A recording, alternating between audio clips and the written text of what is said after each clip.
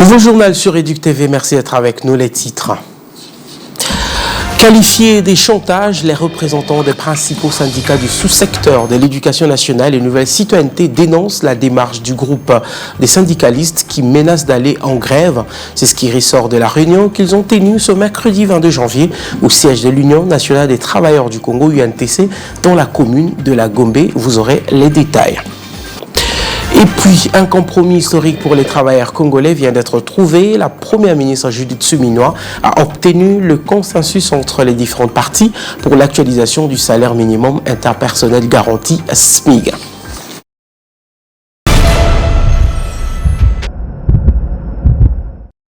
Bonsoir et bienvenue à tous. Les représentants des principaux syndicats du sous-secteur de l'éducation nationale et Nouvelle Citoyenneté se sont réunis ce mercredi 22 janvier au siège de l'Union nationale des travailleurs du Congo, UNTC, dans la commune de la Gombe. Objectif, statuer sur une menace de grève que brandissent un groupe des syndicalistes. À l'issue de cette rencontre, une déclaration a été lue dénonçant ainsi qu'ils le qualifient de chantage. Chanchan Mutupa et Alois Bimangou pour les détails.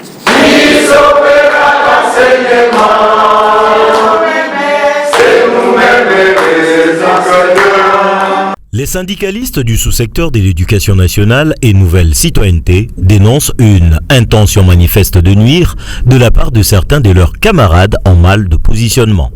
Ces derniers trouvent étrange que ces personnes, pourtant bien informées sur les efforts fournis par la ministre d'État, ministre de l'EDU-NC et tout le gouvernement afin d'améliorer les conditions socio-professionnelles dans le sous-secteur, brandissent une menace de grève. Un chantage selon ses représentants des plus grands syndicats de l'EDU-NC. Les amis se sont permis d'accorder un préavis de grève de 7 jours au gouvernement pour rencontrer les préoccupations présentées, du reste fondées, telles qu'issues des dernières négociations des Bibois clôturées le 24 août 2024. S'agissant de la retenue à la source de 5 000 francs congolais par enseignant en vue de soutenir l'extension de la mutuelle de santé MESP, il faut noter que ce point n'a jamais fait objet de refus de la part du gouvernement. Concernant la seconde tranche de 50 000 francs congolais acquis lors de ces mêmes négociations, cela devait relever du reliquat à la suite des éléments fictifs qui seraient dégagés du fichier paye après la mission de contrôle des effectifs préconisés. Quant aux autres points, une commission permanente interministérielle chargée du suivi des accords est mise en place et déjà opérationnelle pour justement accélérer l'application des différentes décisions, voulais-je dire. Il sied de noter qu'une évolution importante est notée dans la mise en œuvre des différentes décisions. Il n'est pas indiqué de faire de pareilles déclarations afin de préserver la paix sociale dans notre sous-secteur. Pour l'année scolaire qui a connu des perturbations à ses débuts, d'une part, et compte tenu de la guerre injuste nous imposée par le Rwanda et ses supplétifs du M23 à l'est de notre pays, d'autre part. Pour ce groupe de syndicalistes, rien ne sert de déstabiliser l'année scolaire qui prend déjà sa vitesse de croisière sous la houlette de la ministre d'État Raissa Malou qui fait de l'assainissement dans le sous-secteur son cheval de bataille. Allez, on va quitter Kinshasa pour la province éducationnelle des Kwilu 2 à Kikwit, capitale économique de la province du Kwilu, qui a abrité durant 3 jours le forum sur l'internalisation de la stratégie sectorielle de l'éducation et de la formation 2016-2025, ainsi que du plan quinquennal du ministère de l'Éducation et de la Nouvelle Citoyenneté, ce dans le but d'élaborer un plan d'action opérationnel 2024-2025 consolidé. Ce forum est organisé sous le haut patronage de Madame la ministre d'État, ministre de l'Éducation nationale et Nouvelle Citoyenneté, Raissa Malou Dinanga. Reportage de notre correspondant Nicolas Kingwangwa. Suivez. Sous le haut patronage de Madame la ministre de l'Éducation nationale et Nouvelle Citoyenneté, Raissa Malou Dinanga, un forum sur l'internationalisation de la stratégie sectorielle de l'éducation et de la formation 2016-2025 ainsi que du plan quinquennal du ministère de l'Éducation et Nouvelle Citoyenneté, a envie d'élaborer un plan d'action opérationnel 2024-2025 consolidé à Elie dans la province éducationnelle Kwilu 2 à Kikwit, capitale économique de la province de Kwilu. Pendant 3 jours, les acteurs éducatifs du Kwilu 2 ont été conviés à une réflexion profonde sur les différents problèmes qui gangrènent l'éducation dans cette partie du pays. Un appel du directeur provincial Yoy Bokete dans son mot de circonstance. Notre présence ici n'est pas simple retrouvaille, mais plutôt un cadre qui va nous permettre de pouvoir réfléchir sur les différents problèmes qui sont en train de freiner l'avancement de notre... Pour sa part, le gouverneur de province, Félixien Touaïmoadi, ce dernier a fait savoir que le gouvernement provincial du Kwilu a plusieurs attentes en matière d'éducation qui se résument en 8 points importants. Les attentes de mon gouvernement provincial se résume autour de 8 points, à savoir l'intégration et la mise en œuvre dans votre plan d'action opérationnel de priorité du gouvernement provincial du Kwilu en matière de l'éducation, dont la poursuite de la construction et réhabilitation des infrastructures scolaires, le renforcement des mesures de lutte contre les antivaleurs, la consolidation et la pérennisation de la... Débuté le lundi 20, ce forum s'est clôturé le 22 janvier de l'année en cours dans une ambiance chaleureuse au siège de l'Éducation nationale et Nouvelle Citoyenneté Kwilu 2. Aller d'une province à une autre en itinérance dans les écoles de la sous-division Butembo 1 en ville de Butembo, siège de la province éducationnelle du Nord Kivu 2, le directeur provincial Norbert Bissimois s'est réjoui de la pratique professionnelle des élèves qu'il a rencontré ce mercredi 22 janvier. Une occasion pour le prophète d'insister sur les notions de la nouvelle citoyenneté dans les écoles. Rufin Anastaïli nous en dit plus. Pendant l'itinérance, le prophète Norbert Bissimois Balekempaka a constaté une appropriation des notions de nouvelle citoyenneté dans les écoles. C'est par exemple ici à l'Epenyamusia, où les écoliers de la 6e année sont déjà en mesure de parcourir sans hésitation le serment journalier. À toutes circonstances, avec fidélité et loyauté, la République démocratique du Congo. D'aimer et de respecter mes compatriotes, de protéger mes biens communs et de promouvoir l'unité et la fraternité nationale. Dans la suite de son itinérance, il a été dans les écoles où l'aspect pratique professionnel est mis en valeur. En nutrition comme en construction, la pratique a sa raison d'être, font savoir ses enseignants. Les enfants sont vraiment des très bien enseignés. Nous avons une journée de pratique, mais aujourd'hui on a choisi de faire une pratique générale. Ça marche bien avec ça? Oui. Vous ne regrettez pas de vos frais techniques? Ah, c'est bien. Le prophète Norbert Bissimois Balekempaka, accompagné du sous-prophète James Katsuva, chef de la sous-division Butembo 1, s'est dit réjoui par l'itinérance de ce jour. Et le constat que nous avions réalisé est que les activités tournent bien. La promotion de la nouvelle citoyenneté dans les écoles, c'est une réalité. Les écoles ont appris effectivement à apprendre aux enfants à réciter les serments du citoyen. Nos impressions sont bonnes. Et donc nous vous rassurons que les activités tournent bien. Aujourd'hui nous venons de sillonner avec les sous-prophètes dans l'école et nous vous rassurons que les activités tournent très bien. Les écoles visitées se sont senties fières de la présence du patron de l'éducation nationale et nouvelle citoyenneté en province éducationnelle Nord Kivu 2.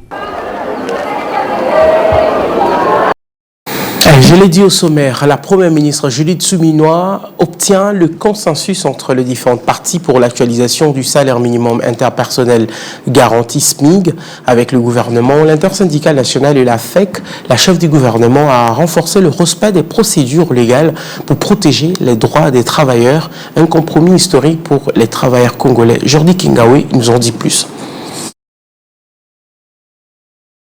Autour de la première ministre Judith Suminwa, toutes les parties prenantes ont discuté du salaire minimum interprofessionnel garanti. Cette rencontre a été l'occasion de clarifier les malentendus entourant l'actualisation du SMIG en mettant en lumière l'importance du respect des procédures légales. Le ministre de l'Emploi et Travail, Ephraim Akwakwa, avait signé en décembre 2024 un arrêté portant ajustement du SMIG qui est passé de 7 075 à 14 500 francs congolais.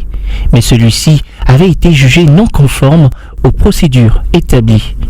En début janvier 2025, la Première ministre a demandé au ministre de rapporter cet arrêté et de suivre la voie légale impliquant notamment le Conseil national du travail pour son avis consultatif légal.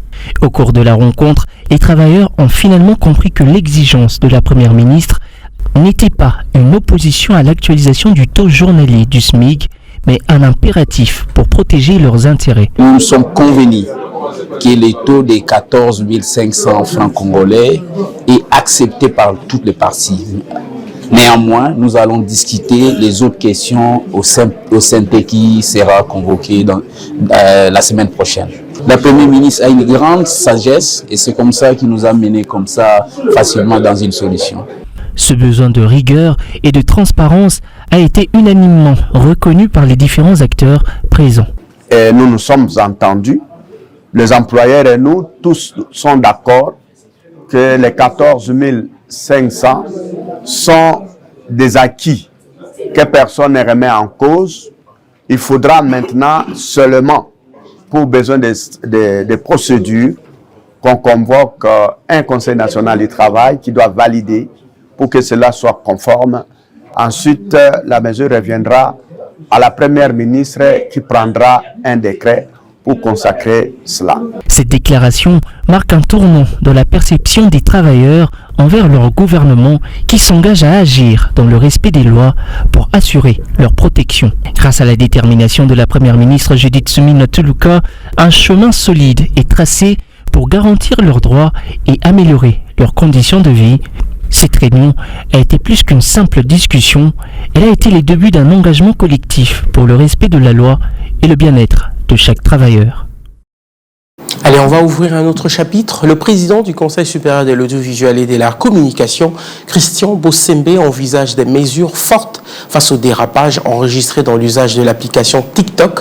À l'instant de l'initiative américaine, il n'exclut pas la suspension de cette application. Muriel Monsa pour le récit.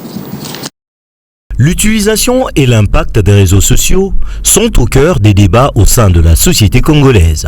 Le sujet refait surface depuis l'avertissement sévère émis par le président du Conseil supérieur de l'audiovisuel et de la communication au réseau social TikTok via son compte X.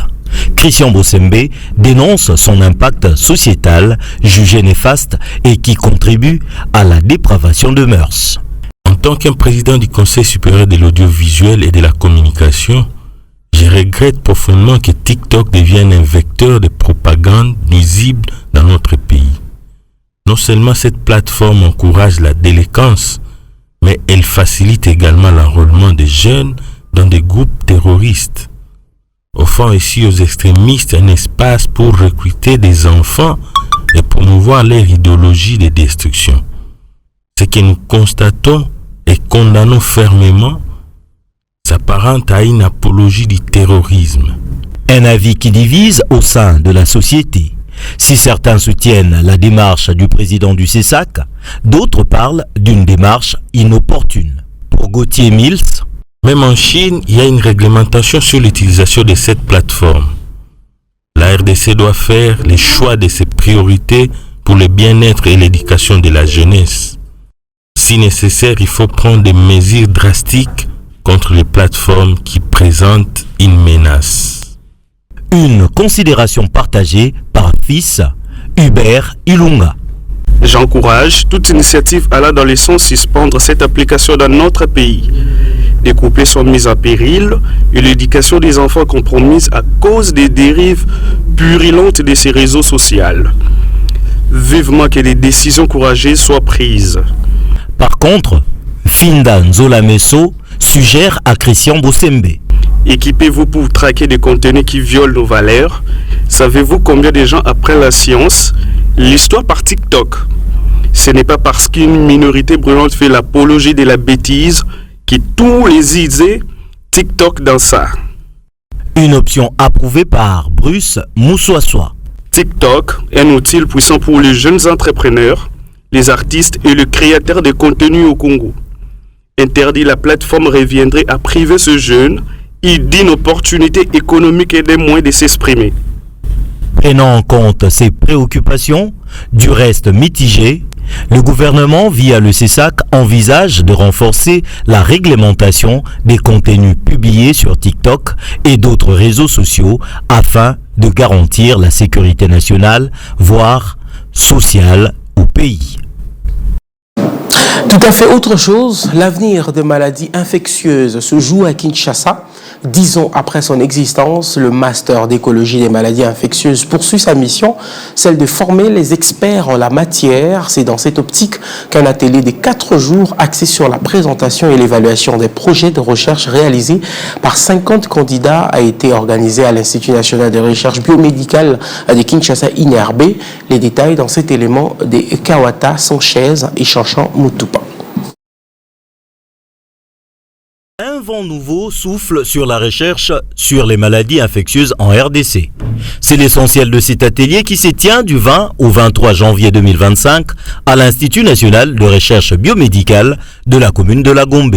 Pas moins de 40 étudiants en master écologie sont réunis pour ce faire. Encadrés par le professeur Jean-Jacques Mouyembe, ces étudiants répartis en première et deuxième licence abordent de problématiques variées mariant la santé humaine aux réalités congolaises. Le directeur adjoint de l'Institut One Health pour l'Afrique, le professeur Didier Bompangue, n'a pas caché sa satisfaction quant à l'évolution de cette filière. Une très bonne évolution ascendante parce qu'aujourd'hui on a la preuve que finalement cette idée de combiner les approches écologiques pour la compréhension du fonctionnement des phénomènes affectant les écosystèmes est une vraie réalité. On a des résultats à travers les productions des étudiants sur les retours sur le terrain, c'est que ces travaux ont produit. Donc ça c'est un vrai sentiment de satisfaction. Maintenant, le plus dur reste à venir, c'est-à-dire que confirmer ces 10 dernières années en quelque chose de beaucoup plus solide et c'est ce qu'on va voir avec le reste des activités que nous avons. Pour en ce qui concerne les épidémies humaines, on n'a plus à chercher à convaincre. Les faits sont là. On est en tête de liste en termes de contribution sur la compréhension de ces phénomènes liés à la santé humaine. Mais nous, la particularité de l'INOA, c'est qu'au-delà de la santé des humains, on va bien plus loin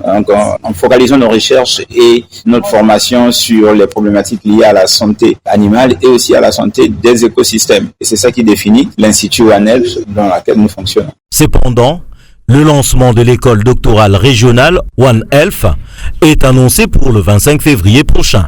Cette initiative s'inscrit dans la volonté des autorités sanitaires de former une nouvelle génération d'experts en santé publique capables de relever les défis liés aux maladies infectieuses. Le directeur général de la Société nationale d'électricité par action, SNEL SA, est très déterminé à moderniser toutes les infrastructures électriques pour améliorer la fourniture en électricité en cette année 2025.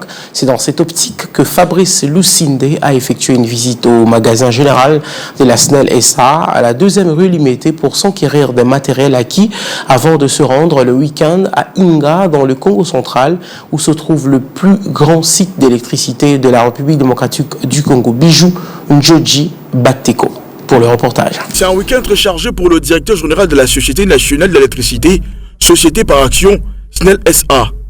Fabrice Lucinde a visité le magasin général de la SNEL SA à la 2e rue Lumété, où sont stockés 70 km de câbles base station et 40 000 compteurs monophasés acquis par l'entreprise. Cette année, nous comptons recevoir pas moins de 410 000 compteurs pour assainir notre réseau. Donc, ces compteurs seront placés pour la ville de Kinshasa et dans les différentes parties des réseaux situés dans les provinces. De là, Fabrice Lucinde s'est envolé pour Inga, dans le Congo central, où se trouve le plus grand site d'électricité de la République démocratique du Congo. Devant une délégation du ministère de portefeuille, le DG de la SNEL SA a brossé la situation générale de l'entreprise. Globalement, la SNEL SA est sur la bonne voie. Pour autant, des efforts doivent être déployés pour la sortie de l'ornière au regard des dettes financières, commerciales, fiscales et sociales. Loin de jeter les manches après la cognée, la SNEL SA a mis en place des stratégies qui, aujourd'hui, portent déjà de fruits. C'est le cas à Bukavu où, avec la pose de compteurs après paiement, le délestage a été éliminé.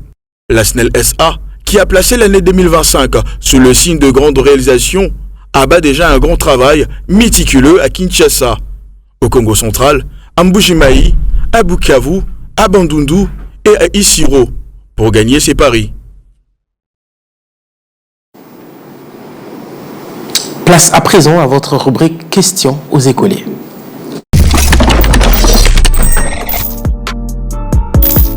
Bienvenue dans votre rubrique La question aux écoliers. La question du jour est celle de savoir combien de communes compte la ville de Kinshasa. Kinshasa 24 communes. Kinshasa 24 communes.